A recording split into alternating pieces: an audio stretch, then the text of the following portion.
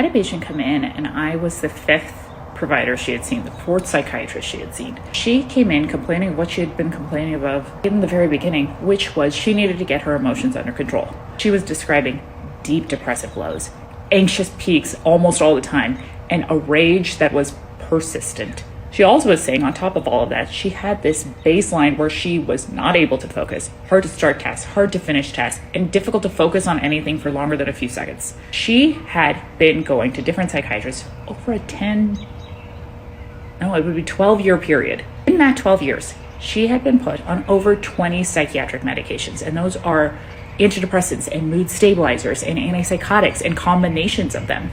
In that time, that 12-year period, she has not had relief. At some point in between psychiatrists 3 and 4, she was so frustrated that she was like, none of this is working. Let me go get tested for ADHD. Gets tested, has ADHD, goes back to the psychiatrist. And the psychiatrist is like, we can't do anything about it because your anxiety and depression are out of control. We can't keep doing this to people.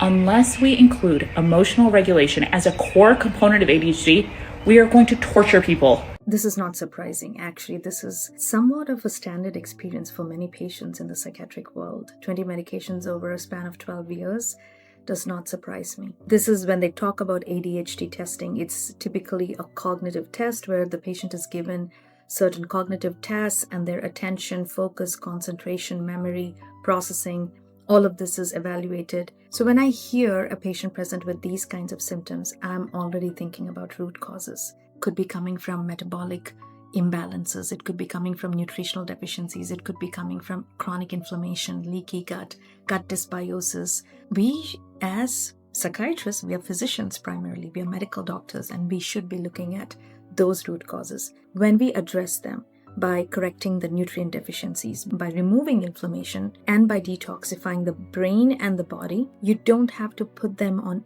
any psychiatric medication. And the beauty about Ayurvedic herbs is that they don't mess with a chemical balance or imbalance or neurotransmitters. They restore cellular physiology. They repair. They help with the release of stem cells. They can help with release of BDNF, brain-derived neurotrophic factor. It's very much possible to heal from ADHD, and you don't have to be on ADHD meds or any psych meds ever. So when somebody comes to me for the first time, I rarely start them on psych meds. That's been my experience.